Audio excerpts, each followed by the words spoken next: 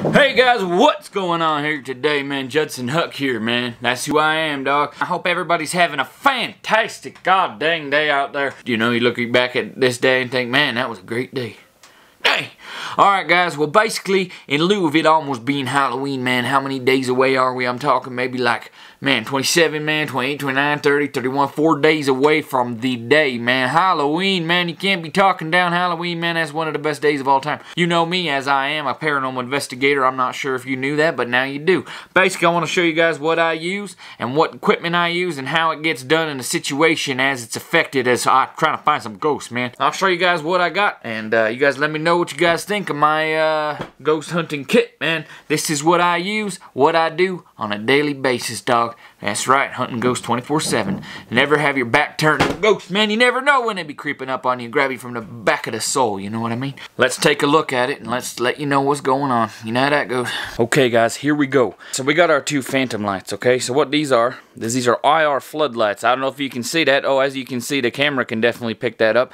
These here are the IR floodlights, which you're gonna need if you're filming the IR, man. When you're filming in the pitch black, when you can't see nothing. Okay, so I got two of those, right? So I can dual my camera up like that. Dual phantom light situation right there. The dual IR floodlight, so we get a maximum output from the IR department.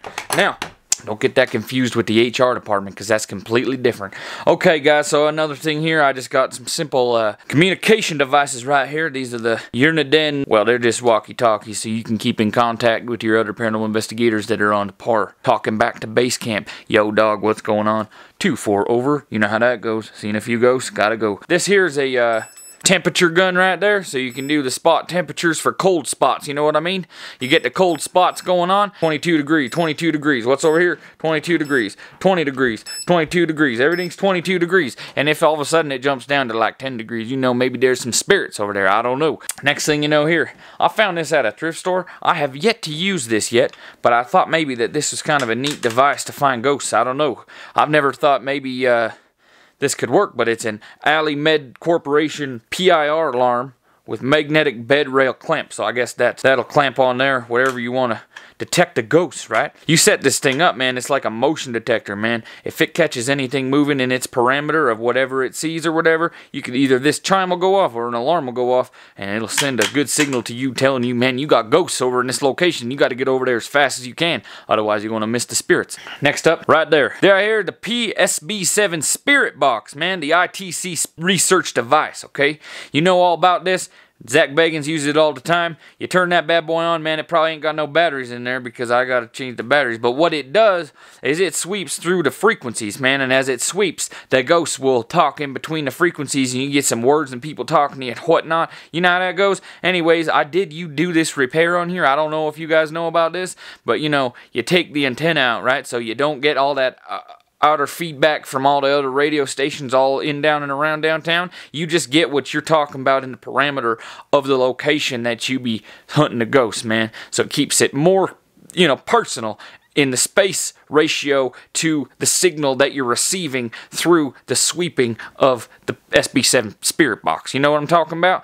Now, this right here, this is the Mel meter right here, the Mel 8704-R. This Mel meter right here, what it does is see that right there? There's the temp probe right there sensor. You see that? So what it does is it simultaneously reads the temperature as well as the electromagnetic fields in the area. So you're basically getting a side-by-side view of what the temperature is and the electromagnetic fields. Millimeter spikes, man. And you've got the cold drop in temperature. Means there's a good chance you got spirits to be dealing with, and you got to be getting some recording footage going on in there as soon as possible. Otherwise, I don't know what's going to happen. And then, of course, so this is just a standard audio recorder. It basically just gets the job done. Do some EVPs or whatever. You know how that goes. Just get her all hooked up and you hear some ghosts. I don't know. But anyways, I forgot to tell you, this nice little speaker right here just to help out the PSB7 Spirit Box. But last but not least, man, I'll talk about it right here, right now. This is the classic K2 right here.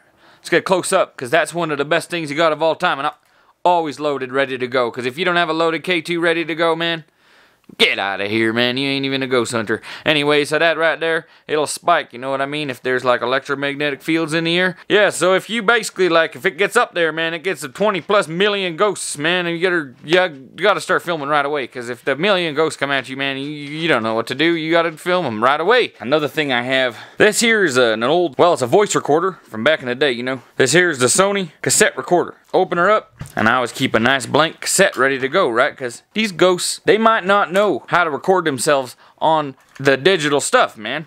So I like to keep the old classic tape recorder because, you know, some ghosts, you know, they might be behind the time, man. Not every ghost knows how to be on the goddamn digital stuff, you know what I mean? Okay, guys, so what I like to record the ghosts on with is my Sony 4K Handycam. Alright, it's got a 20.6 megapixel camera, which is not too bad, but we got the 4K video, which is awesome. But the best thing about this camera right here for ghost hunting, so not only you can open that up, you got your viewfinder, you can look in the viewfinder and get the job done there. She opens up real nice, but also, you open her up here. This is the big selling point right here.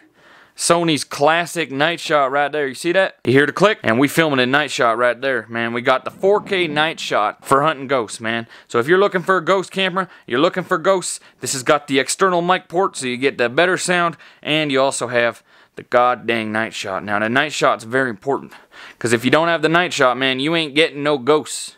Great camera, gets the job done, plus it's got the practical handle right here so that you can basically just hands-on filming ghosts. Man, that's the best ghost camera around. Okay guys, so also an idea and a thought that I had that I haven't seen in any of the ghost shows or any of the paranormal investigating forums or whatever I be dealing with, right? Man, these spirits, they use the energy and the devices and the batteries that we bring, right? The battery will drain in the cameras, the battery will drain over here, over there. Sometimes the spirits, they like to use the battery power to get their message across, right? So they need to take their words and use the battery power to jump it from their world to ours and grab your soul with their bare hands and then take it and put it over here, right? I don't even know if that made sense. Instead of letting this spirits take the battery power, right, get rid of all the battery power, the stuff that you need, right, for your investigation. Well, what if, okay, you know, this is just a thought. I have not used this technique before. I'm thinking you get yourself 3 or 4 car batteries, man, and you put a car battery at each spot. Usually something goes on in this room. 12 volt, whatever you want to do. Get yourself a lithium. Who cares? Maybe a 100 amp hour, maybe a 75. It don't matter. As long as you got more power in each room for the ghost to drain, man, you should be able to get more paranormal activity coming through. I don't know, but let me know. Or if anybody else wants to try it, you make a video, man, you try it out and let me know how it goes. But don't use your car battery that you used to get to the location, because, man, if it drains the whole battery, you might not be able to get home. And that wouldn't be good, man. You'd be stuck there in the haunted house, man, and maybe that would be a good thing, man. You'd be able to stay longer and get more activity. I don't know. Probably just a better idea to buy a different battery than the one that's in your car so that you don't actually, like, waste the whole battery power. Not be able to get home after the investigation. Anyways, I hope you liked my video. That's what I use my paranormal kit, and that's how I connect with the ghosts and the spirits and try to get some information coming down from the spirits of the ghosts. Whatever's happening, man. You know how that goes. Till next time, Judson Huck.